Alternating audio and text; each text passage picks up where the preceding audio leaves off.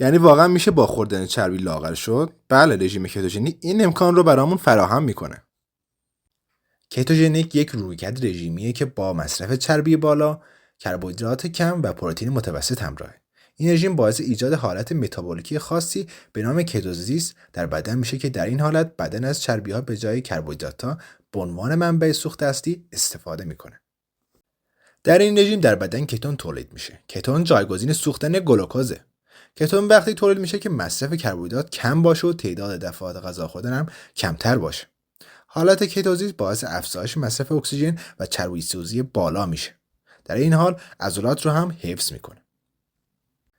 در ابتدای رژیم کتوژنیک شما ممکنه احساس بد جسمی داشته باشین که بهش کتوفلو میگن. گمان میکنن علت کتوفلو به خاطر از دست دادن الکترولیت و تغییر فلور طبیعی روده بزرگه. در نتیجه برای جلوگیری از این موضوع بهتر آب و الکترولیت بدن رو جبران کنیم و از پروبیوتیکا و فیبرا استفاده کنیم. حتما برای حمایت از ما لایک کردن رو فراموش نکنید. اجسام کتونی به عنوان سوخت در قلب، مغز و ماهیچه استفاده میشه ولی در کبد نه. مقدار اجسام کتونی در حالت ناشتا بیشتر میشه، به خاطر همین که توصیه میشه شام رو زودتر بخورین تا بین شام و صبحانه تایم بیشتری باشه که در این هنگام میزان کتون بدن زیادتر بشه.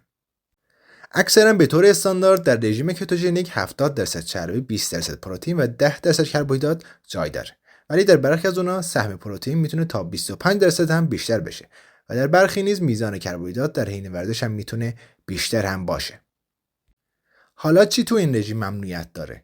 مواد غذایی شیرین و پرشکر، کربوهیدرات‌های مثل نان و برنج و نشاسته، غلات مثل گندم و جو، سبزیجات قطعی مثل هویج و سیب زمینی، چربی‌های ناسالم، بیشتر میوه‌ها به جز برخی مثل توت فرنگی و سس‌های مختلف و الکل و حبوبات. و اما خوردن چه موادی در این رژیم مجازه؟ گوشت قرمز و مرغ، ماهی‌ها، روغن‌های سالم مثل روغن زیتون، آووکادو، سبزیجات کم نشاسته، آجیل، کره بادام زمینی و تخم مرغ. همونطور که گفتیم استفاده کتون به جای گلوکوز تاثیرات مثبت روی بعضی ارگان‌ها داره. از مزایای این رژیم میتونیم به کاهش خطرات بیماری‌های قلبی، جلوگیری از سرطان، کاهش علائم آلزایمر و جلوگیری از زوال عقل، کاهش قابل توجه تشنج در افراد مبتلا به سر، بهبود علائم پارکینسون و کاهش آسیب‌های مغزی اشاره کنیم.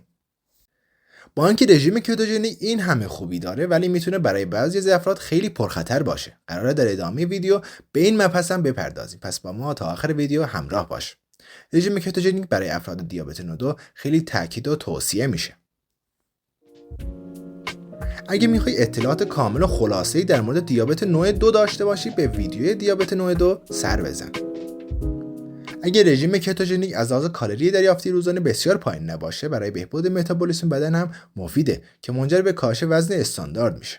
آیا شما تا حالا این رژیم رو امتحان کردین؟ به هدفتون رسیدین؟ حتما تو کامنت از تجربیاتتون بگین. رژیم کتوژنیک با وجود همه فوایدش برای افرادی که مشکلات پانکراس مخصوصا دیابت نوع 1 دارن مناسب نیست. علاوه بر این افراد برای بیماران کبدی، تیروئید و کیسه صفرا توصیه نمیشه. پس اگه شما هم جزو این افراد هستین حتما قبل امتحان کردن هر نوع رژیمی با دکترتون مشورت کنید.